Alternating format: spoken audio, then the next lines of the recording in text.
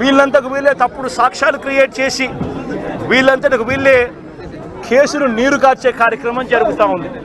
నేను ఒకటే చెప్తా ఉన్నా, ఇక్కడ రామగిరిలో జరిగిన విషయమైనా కానీ రాష్ట్ర వ్యాప్తంగా వీళ్ళు చేస్తూ ఉన్న అన్యాయాలు అయితేనేమి, తిరుపతిలో డిప్యూటీ మేయర్ ఉప ఎన్నిక జరిగితే ఏకంగా బస్సులో ఉన్న కార్పొరేటర్లను ఏకంగా పోలీసులు ఆధ్వర్యంలోనే అడ్డగించి ఏకంగా బస్సులో ఉన్న కార్పొరేటర్లు బస్సులో ఉన్న ఎమ్మెల్సీను ఏకంగా పోలీసుల ఆధ్వర్యంలోనే కిడ్నాప్ తీసుకొని పోవడం ఏ స్థాయిలోకి దిగజారిపోతా ఉందో నేను అడుగుతా ఉన్నా.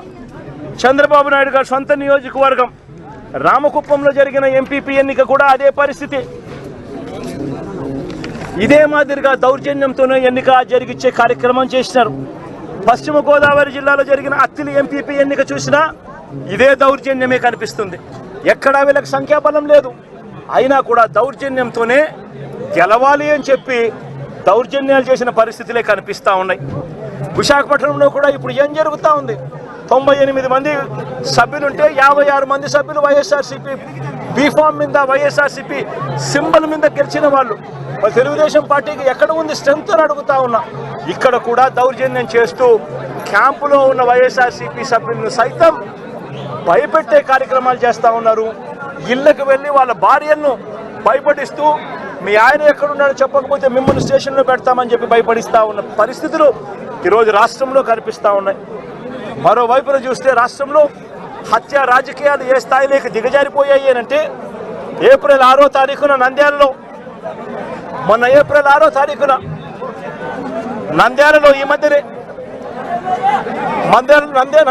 నంద్యాల జిల్లాలో సిరివెల్ల మండలంలో యార్లగడ్డ కాన్స్టిట్యున్సీ ఇందూరు ప్రతాప్ రెడ్డి అని చెప్పి మా పార్టీకి సంబంధించిన మండల కన్వీనర్ ప్రతాప్ రెడ్డిపై దారుణంగా హత్యాయత్నం చేశారు. ఇదే చంద్రబాబు నాయుడు గారు, ఇదే ఇందూరు ప్రతాప్ రెడ్డి అనే వ్యక్తి దేవాలయంలోకి వెళ్ళి పూజ చేస్తూ ఉండగా దాడులు చేయించాడు. ఇదే చంద్రబాబు నాయుడు గారు ముఖ్యమంత్రిగా ఉన్నప్పుడు 2017లో ప్రతాప్ రెడ్డి అన్నను ప్రభాకర్ రెడ్డిని అతని బావమర్దిని చంద్రబాబు నాయుడు గారి దగ్గర నుండి చంపించిన తర్వాత మా ప్రభుత్వం వచ్చిన తర్వాత ప్రతాప్ రెడ్డికి మేము గన్మెన్ సౌకర్యం మేము కల్పిస్తే చంద్రబాబు నాయుడు గారు వచ్చిన తర్వాత ఆ గన్మెన్ను తీసేసి చివరికి ప్రతాప్ రెడ్డిని చంపే కార్యక్రమం చేయడానికి ఏకంగా చంద్రబాబు నాయుడు గారు పురమాయించిన పరిస్థితులు మన కళ్ళ ఎదుటే కనిపిస్తూ ఉన్నాయి. మరోవైపున గత ఏడాది ఆగస్టు 3వ తారీఖున నంద్యాల జిల్లా మహానందిలో శ్రీశైలం నియోజకవర్గంలో సీతారాంపురంలో పసుపులేటి పెద్ద సుబ్బరాయుడు అతి దారుణంగా చంపిన ఘటన కూడా చూసాం. ఆ సుబ్బరాయుడు గారిని చంపినప్పుడు నేను కూడా ఆ ఊరికి వెళ్ళి తనను పరామర్శించి ఎంత దారుణంగా చంపారు, జరిగినది ఎంత అన్యాయమో అని చెప్పి కూడా ప్రశ్నించడం జరిగింది. ఆ ఊరు నుంచి కరెక్ట్గా 10-15 నిమిషాల్లోనే జిల్లా హెడ్ క్వార్టర్స్, అక్కడే ఎస్పీ ఉంటాడు. అయినా దగ్గరుండి హత్య చేయించడం జరిగింది. అదే గ్రామంలో వైఎస్ఆర్సీపీకి సంబంధించిన బీసీ నాయకుడు సుబ్బరాయుడును చంపించే కార్యక్రమం. ఆశ్చర్యం ఏమిటంటే సుబ్బరాయుడు కుటుంబ సభ్యులు పోలీసులకు ఫోన్ చేసి 2-3 గంటల కిందట కూడా ఫోన్ చేసి ఊరిలో ఘటన జరగబోతా ఉంది, బయట నుంచి వ్యక్తులందరూ కూడా మోహరించినారు అని చెప్పినా కూడా కనీసం వచ్చి కాపాడే ప్రయత్నం కూడా జరగల. గత ఏడాది జూలై 23వ తారీఖున పల్నాడు జిల్లా పెదకూరుపాడులో కొసూరులో వైఎస్ఆర్సీపీ నాయకుడు ఈద సాంబిరెడ్డిని కూడా ఇనుప రాడ్లతో దారి కాచి రోడ్డులో కారు ఆపి కొట్టి చనిపోయాడని చెప్పి వదిలేసి వెళ్ళిపోయిన ఘటన. చివరకు తను హాస్పిటల్లో చేరడం, బ్రతకడం, ఈ రోజుకి కూడా తనకు 2 కాళ్ళు 2 చేతులు కూడా ఈ రోజుకి కూడా ఆపరేషన్ చేసి అవి బతికించే కార్యక్రమాలు ఈ రోజు కూడా జరుగుతూ ఉంది.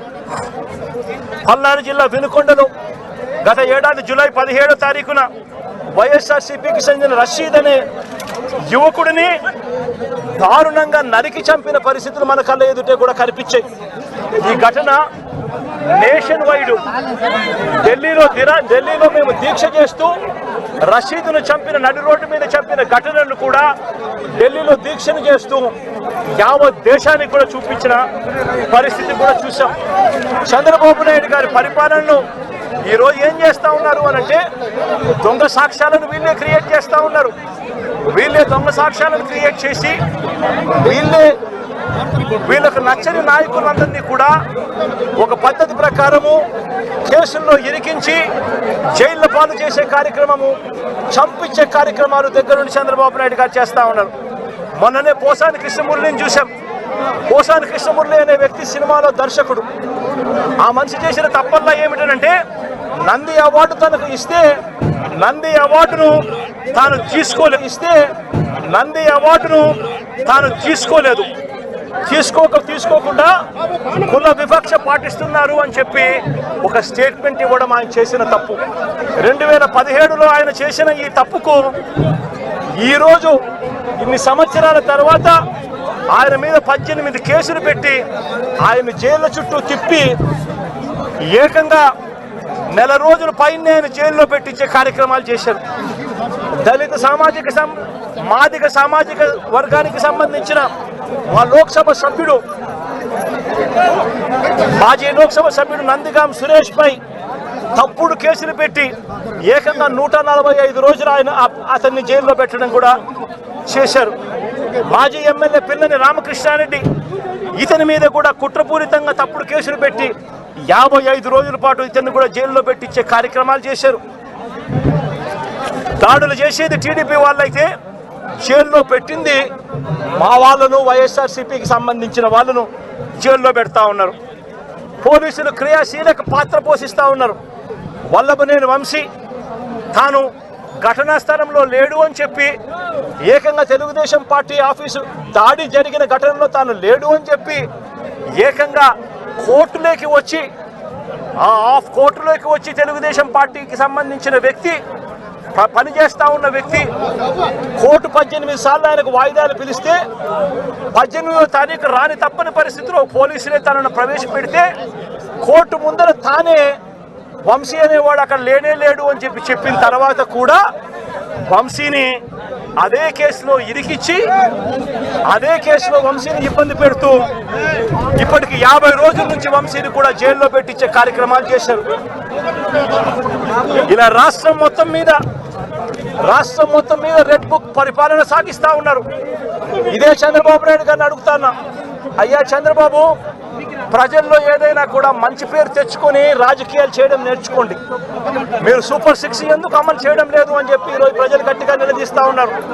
సూపర్ 7 హామీలను ఎందుకు అమలు చేయడం లేదు అని ప్రజలు మిమ్మల్ని గట్టిగా ప్రశ్నిస్తూ ఉన్నారు. ఇలాంటి ప్రశ్నించే సమయంలో ప్రజల గొంతు వినపడకూడదు అని చెప్పి రాష్ట్ర వ్యాప్తంగా రెడ్ బుక్ పాలన మీరు సాగిస్తూ వైఎస్ఆర్సీపీకి సంబంధించిన వాళ్ళు లేదా మీ సూపర్ 6ను మీ సూపర్ 7ను ఎందుకు అమలు చేయడం లేదు అని చెప్పి అడుగుతా ఉన్న ప్రజలను మీరు దాక్షిణ్యం లేకుండా ఈ రకంగా ప్రతి చోట కూడా పోలీసులను ఉపయోగించుకుంటూ ఎమ్మెల్యేలందరినీ కూడా హింసను ప్రోత్సహించండి అని చెప్పి వాళ్ళందరినీ కూడా ఉసగొలుపుతూ రాష్ట్ర వ్యాప్తంగా కూడా మీరు చేస్తూ ఉన్న ఈ దౌర్జన్య కాండ త్వరలోనే ప్రజలు చూస్తూ ఉన్నారు, దేవుడు చూస్తూ ఉన్నాడు. ఖచ్చితంగా మీకు బుద్ధి చెప్పే పరిస్థితి త్వరలోనే వస్తుందని చెప్పి ఈ సందర్భంగా చంద్రబాబు నాయుడు గారికి గట్టిగా మందలిస్తూ చెప్తా ఉన్నా. అదే మాదిరిగా ఇంకొక విషయం కూడా చెప్తా ఉన్నా. ఇంకో విషయం కూడా చెప్తా ఉన్నా. ఇదే చంద్రబాబు నాయుడు గారికి చెప్తా ఉన్నా, ఇదే పోలీసులకు చెప్తా ఉన్నా. పోలీసులు ఎవరైతే చంద్రబాబు నాయుడు గారిని మెప్పు కోసం చంద్రబాబు నాయుడు గారి మెప్పు కోసం ఎవరైతే వాళ్ళ టోపీ మీద ఉన్న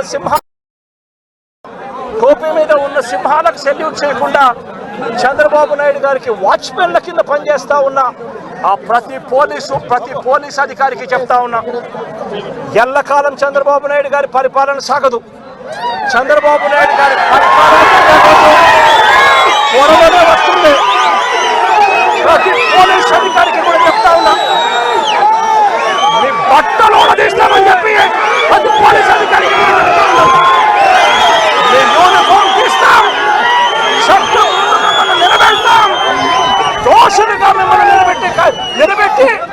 మీ యూనిఫామ్ తీయించి మీకు ఉద్యోగాలు లేకుండా చేస్తామని కూడా ఈ సందర్భంగా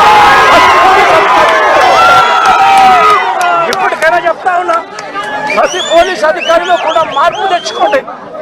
ఎల్లకాలం ఇదే పరిపాలన సాగదు.